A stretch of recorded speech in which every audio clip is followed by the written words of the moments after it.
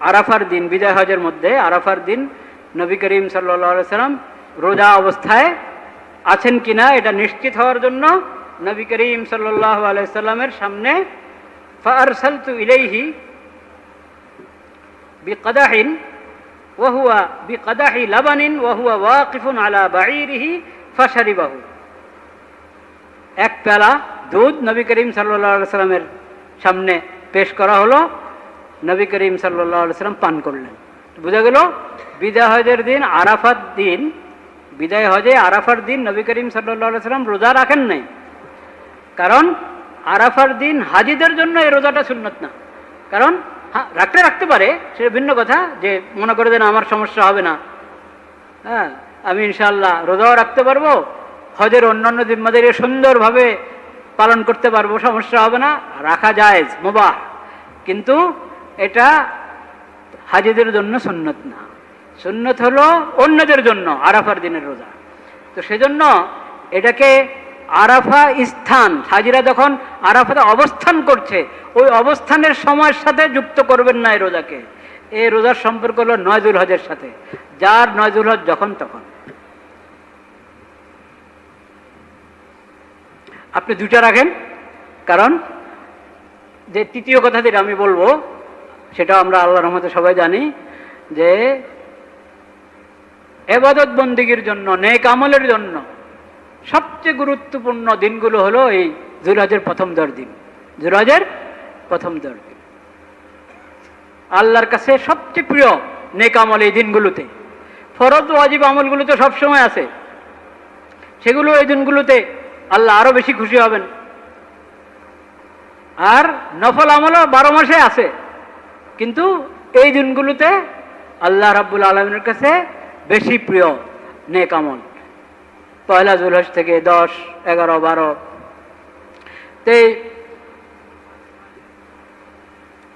পয়লা যুলহজ থেকে 9 যুলহজ পর্যন্ত, ঈদের দিন তো আর রোজা রাখা যায় না, ঈদের দিন রোজা রাখা যায়? পয়লা যুলহজ থেকে 9 যুলহজ পর্যন্ত 9 দিন নফল রোজা রাখেন আপনি, 9 দিন প্রতিদিনই নফল রোজা রাখেন, এটা একটা আমল।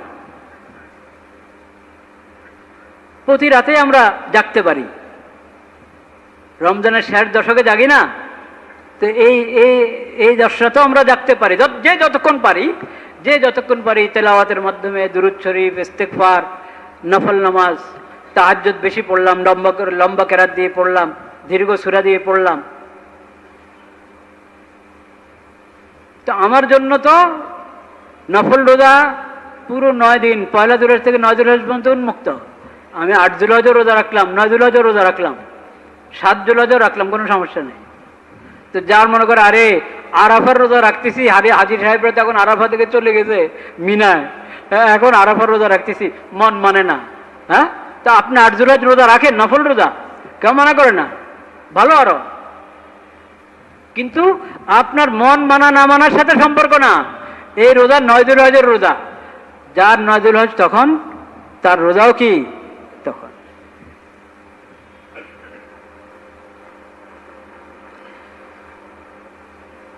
আব্দুল্লাহ ইবনে আব্বাস রাদিয়াল্লাহু তাআলা আনহু থেকে বর্ণিত, নবী করিম সাল্লাল্লাহু আলাইহি সাল্লামের হাদিস বর্ণনা করেছেন আব্দুল্লাহ ইবনে আব্বাস।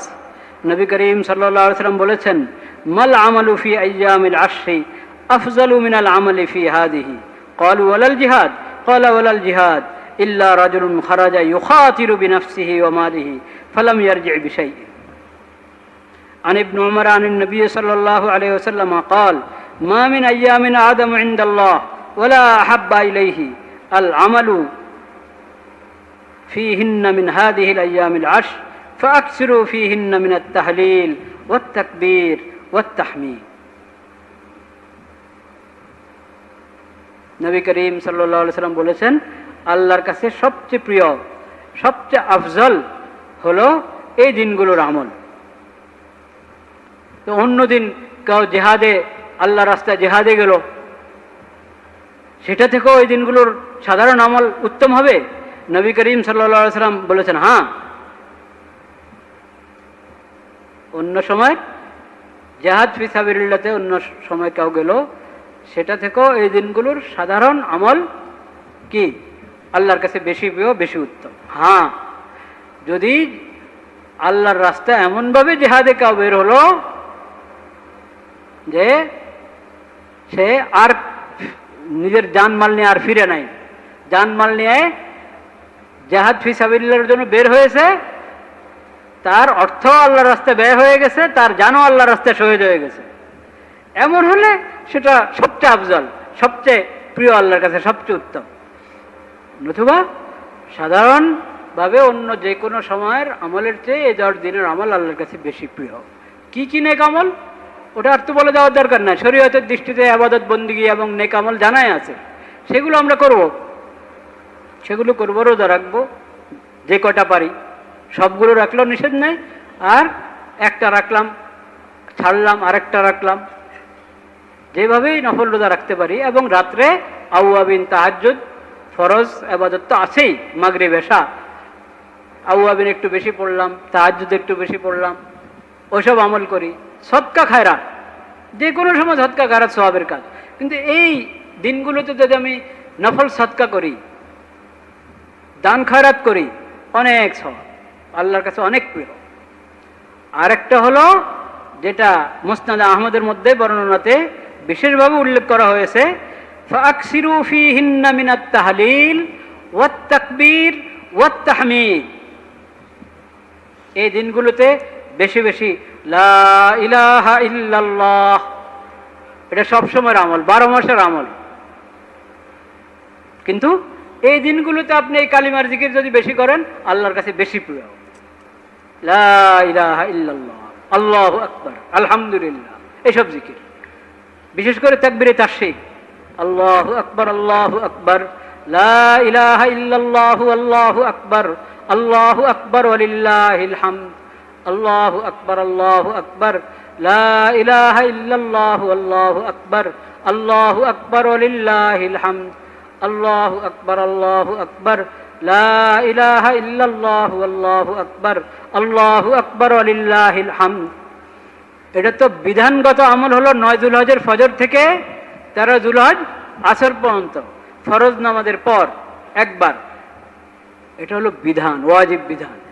কিন্তু মূল জিকিরটা সবসময় সবসময় পুরা একবার যুলহজের হেলাল থেকে যতবার পড়তে পারেন, আল্লাহু আকবার, আল্লাহু আকবার, লা ইলাহা ইল্লাল্লাহু, আল্লাহু আকবার, আল্লাহু আকবার ওয়ালিল্লাহিল হামদ, আল্লাহু আকবার, আল্লাহু আকবার, লা ইলাহা ইল্লাল্লাহু, আল্লাহু আকবার, আল্লাহু আকবার ওয়ালিল্লাহিল হামদ।